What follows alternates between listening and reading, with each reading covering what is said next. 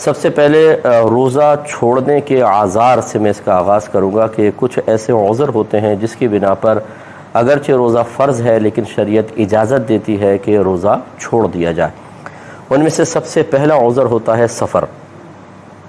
پہلے سفر کی تعریف، شرعی سفر کی تعریف یاد رکھیے گا کہ اگر کوئی اپنے شہر کی حدود سے باہر نکل جائے اور ارادہ یہ ہو کہ کم از کم 92 کلومیٹرز دور جاؤں گا تو وہ شرعی طور پہ مسافر ہو جاتا ہے۔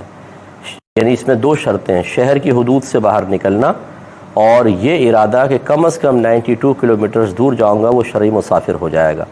اب یہ اس وقت تک شرعی مسافر ہے جب تک یہ سفر کرتے ہوئے کسی شہر میں داخل نہیں ہوتا۔ شہر میں داخل ہونے کے بعد دیکھیں گے وہ شہر ہے کیا۔ اگر تو ایسا شہر ہے کہ جہاں اس کی پیدائش ہوئی ہے، ابھی جس کو آبائی وطن کہتے ہیں، یا ایسا شہر میں داخل ہوا ہے کہ جہاں پر یہ مستقل رہائش رکھے ہوئے ہے، جیسے شادی کرنے کے بعد آدمی ٹھہر جاتا ہے، اس طرح کے کوئی آبائی وطن اس کو کہتے ہیں، اگر ایسا ہے تو جیسے اس شہر کے اندر داخل ہوگا تو مسافرت ختم ہو جائے گی۔ لیکن اگر ایسا نہیں ہے بلکہ ہم کسی کام کے لیے بعض وقت شہر میں جاتے ہیں تو ہم شہر میں پہنچے تو اب یہ دیکھیں گے کہ 15 دن یا اس سے زیادہ ٹھہرنے کی نیت ہے یا نہیں۔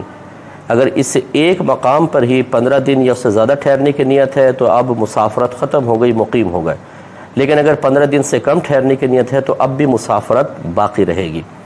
اسی طریقے سے اگر 15 دن سے زیادہ ٹھہرنا ہے لیکن ایک مقام پر نہیں، آپ کراچی سے چلے ہیں اور آپ نے کہا لاہور میں 3 دن ٹھہروں گا، پھر میں پنڈی چلا جاؤں گا 2 دن وہاں، پھر پشاور ہے، پھر کوئٹہ ہے، اس طرح متعدد شہروں میں 3 4 دن کر کے آپ بالفرض 2 مہینے تک گھر سے باہر رہیں گے تو یاد رکھیں کہ جب تک گھر واپس اپنے شہر کی حدود میں واپس نہ آ جائیں یا آبائی وطن آپ کا ہے کہیں باہر، ادھر تک نہ پہنچ جائیں، جتنا آپ یہ ٹریول کرتے رہیں گے آپ شرعی لحاظ سے مسافر ہیں اور یہ روزہ چھوڑنے کے لیے عذر ہے۔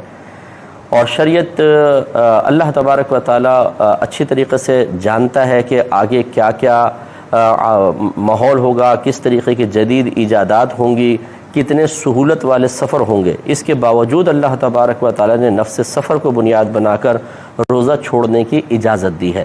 لہٰذا آپ کو یہ نہیں کہہ سکتا کہ جہاز کا سفر تو بڑا آسان سا ہوتا ہے لہٰذا روزہ رکھنا چاہیے۔ ہم اپنی عقل سے کوئی مسئلہ حل نہیں کر سکتے ہیں۔ اللہ تعالیٰ عالم الغیب ہے، وہ جانتا ہے قیامت تک کیا کچھ ہوگا، اس کے باوجود اس نے رخصت دی ہے تو بہرحال کوئی اس رخصت سے فائدہ اٹھا سکتا ہے۔ لیکن روزہ رکھنا ہمارے حق میں روزہ چھوڑنے سے کہیں زیادہ بہتر ہے۔ اگر کوئی دوران سفر بھی روزہ رکھنا چاہے تو رکھے، یہ افضل ہے، لیکن اگر وہ ترک کر دیتا ہے تو گناہگار نہیں ہوگا۔